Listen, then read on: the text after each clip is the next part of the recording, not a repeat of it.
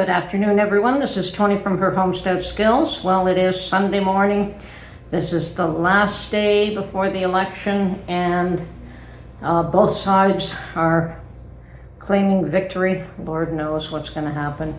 I have been scouring the internet, YouTube channels and pollsters and Canadian news, you name it, for any indication of who is going to win.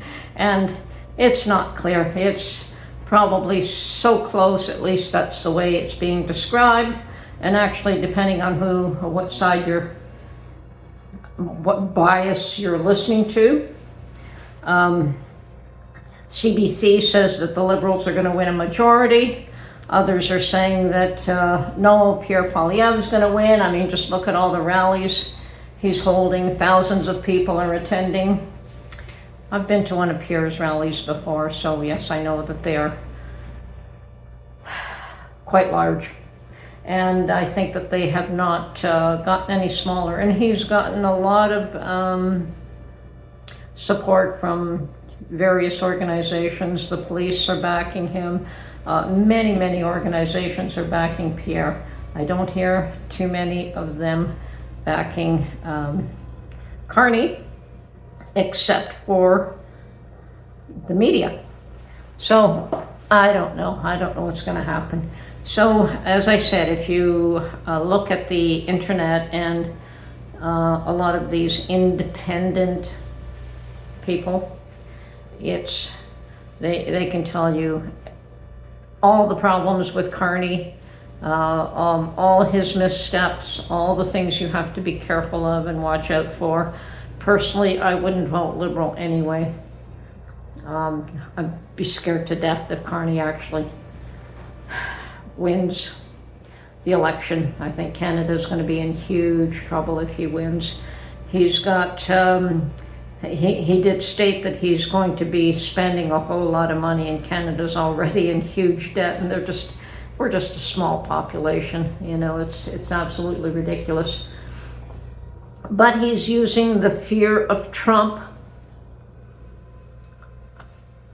and it has resonated with a lot of people. With Trump saying 51st state, many of us would not have trouble with it, but you have a lot of people who are very sensitive about Canada's sovereignty, and they've taken offense. They've taken offense to that we could be just pulled into the U.S. I mean, you have some of these older folks who think that Canada's better than the U.S. I have no idea where that mentality comes from, but it's been there, that for some reason we are a superior people, a superior country. I don't necessarily agree with that at all. I think that each one has strengths, and both have weaknesses as well. So I don't think superior has got anything to do with anything here. But that is an issue. So today is the last day that that each party can go out and promote their agenda, try to get people on their side, and tomorrow is voting day. Now, all we can do is pray, keep our fingers crossed that Canada does not fall apart. And I've heard that if the Liberals win, Alberta would separate. And if Alberta separates, I would probably be moving to Alberta so that, well, we'll see what happens. At this point, though, I have no intention of doing anything. But yeah, it's looking rough. It's looking rough. No way of knowing which way it's going to go. Oh yes, and our previous Prime Minister, Stephen Harper, has also supported Pierre Poilievre, and that's how you say his name. It's Poilievre. It's a French name.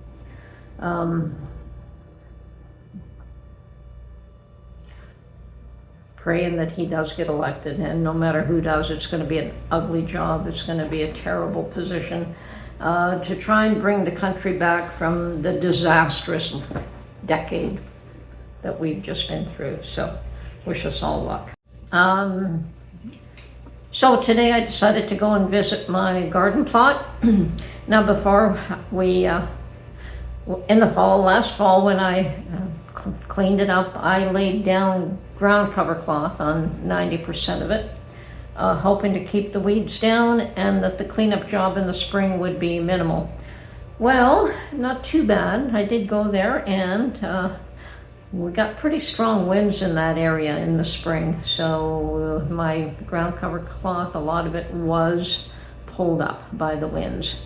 And I mean, things look good. My lavender looks awesome. Sage looks like it's still alive. You know, I just have to cut back the old stems and it'll grow back from 2 inches that I leave. It always does. Lavender can be cut back really hard right now and it'll come back beautiful. And I'll probably do that within the next week or two. Well, I decided to come out and check my garden, and it would appear as though the ground cover cloth that I put out to prevent weeds from growing has blown away. So I'm going to have to go and get some pins to push it back down. Now it looks like I have rhubarb coming up, which is good. I have raspberries coming up, which is good. My lavender has survived beautifully, which is great. Looks like I have some thyme, and I have some strawberries. Oh, and looks like my sage is going to come back as well. So I just have to cut away some of the dead stems, but I do see growth there. Lavender is going to be gorgeous this year. Those bushes are thick and gorgeous. So, yeah. And of course the daffodils. Always daffodils to welcome spring. I have tried to start some little tomato seedlings here in a pot and see if they come up. If not, I'll be buying tomato plants this year, ready made for me. I would prefer not to. I'd prefer to be able to grow them from seed myself. But normally I would start them a month ago, but I was down south a month ago, so couldn't do that. But that's okay, it'll all work out. I'll have a garden this year. Well, anyway, because I found my ground cover cloth had all lifted, well, not all of it, but a lot of it had, I thought, okay, well, I'll go down to Dollarama and buy some of these pins to hold it down a little bit better. And I mean, I can get 10 pins for $1.25 there.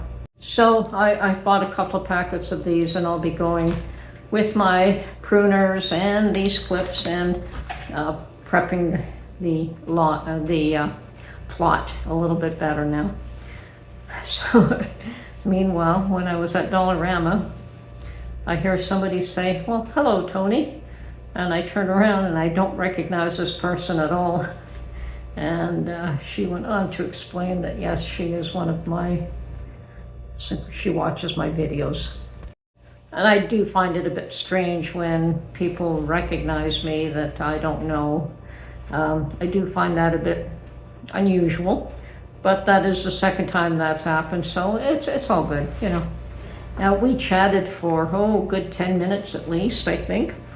Talked about how she first started watching my videos 2 years ago, and I thought, that's wonderful, thank you. And mostly into the canning, and she told me that she recalled that I had suggested buying canning lids from Dollarama, and she didn't even realize, I mean, it was a Dollarama that we met in, and yes, the canning lids at Dollarama are always priced better than any place else, so I always buy them there myself as well. And I told her that even being down south, she knew I was down south, that even being down south, they're a lot more expensive than what I could buy them at Dollarama, and that I had taken a whole pile of them down there with me as well. So I do plan to do some canning down there. But discussed a few things, and discussed chickens, discussed canning, discussed vacuum sealing. And that's when she told me that she had trouble with her vacuum sealer. And I told her that I had learned a little trick just recently that worked for me, and I'm going to show it to you. And hopefully I can show it to you. It's a little hack that I learned with these vacuum sealers. Some people have no trouble with them at all. Others have nothing but grief. And I was one of those that had nothing but grief. And I just figured this one out accidentally. So I'm going to show that to you right now. Okay, for those of you that are having issues with your Food Saver vacuum sealer that is not sucking, vacuuming as well as it should, I have come up with a little solution with mine, and I recommend that you try it and see if it works for you. It does work for me every time. I had to, my old vacuum sealer that I had for many years finally gave up the ghost, and I went out and bought this other one, and I believe it is the model that is currently available either at Costco or, in my case, I think I bought it at Canadian Tire. Virtually the same price. And do I have a model number? I don't know if I do. Not important. It's pretty standard one that is available. Now, I found that no matter what I did, I had nothing but grief trying to vacuum seal some things. Anyway, what I'm going to do is I found something that I had put in the freezer. It is a pork roast. I had not vacuum sealed it, so I'm going to do that now, and hopefully I can show you my little hack trick to make this work. So, sealing the bottom of the bag. Now this might be bigger than I normally would cut, but this is already frozen, so it's just a matter of resealing it at this point.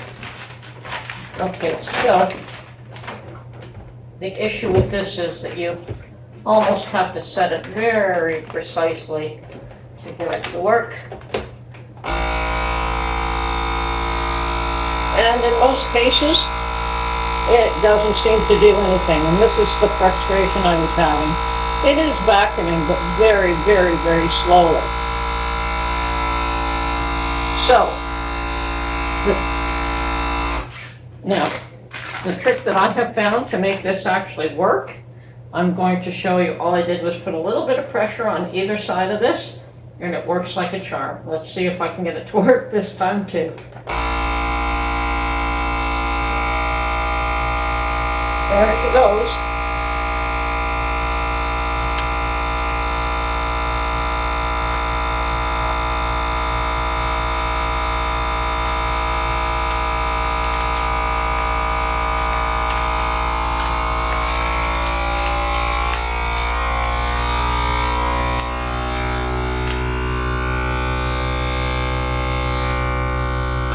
And I hold it until it starts to seal.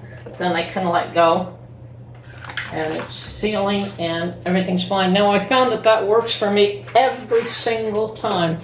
But without putting that extra little pressure, and it just a small amount of pressure on either side there, seems to have done the trick, and it sealed beautifully. I was almost ready to throw this out. I mean, Mark liked it, but it just seemed to give me nothing but grief. But even he had trouble getting it to work every time. Now, using this method, it seals first time around, every time, and quickly. So, if you're having trouble with your Food Saver, try that little hack. Hopefully it works for you as well. Okay, hopefully that works for you. Give it a try. Let me know what you think. If you are one of these people that have a similar vacuum sealer that just doesn't suck, see if you can get it to vacuum a little bit better. Anyway, other than that, yeah, back to the election. Mark has been working the last few days to help with election, and we've been invited to the local riding association's party for tomorrow, because we are members, of course, of the Conservative Party, and Mark definitely will be going, so they'll be watching. I mean, we're all sitting on pins and needles. I'm sure the whole country is sitting on pins and needles, wondering which way this is going to go. And there are those that arrogantly think that the Liberals have got it in the bag and it's theirs to lose, and that may be the case. And a little while ago it was the other way around. But anyway, we'll see how it goes. Wish us luck. Hopefully our country is not torn apart, because yeah, it's got enough problems, and it needs to pull together and fix everything that's wrong with it. Anyway, this is Tony from her Homestead Skills, and we will chat real soon. Talk to you later. Bye for now.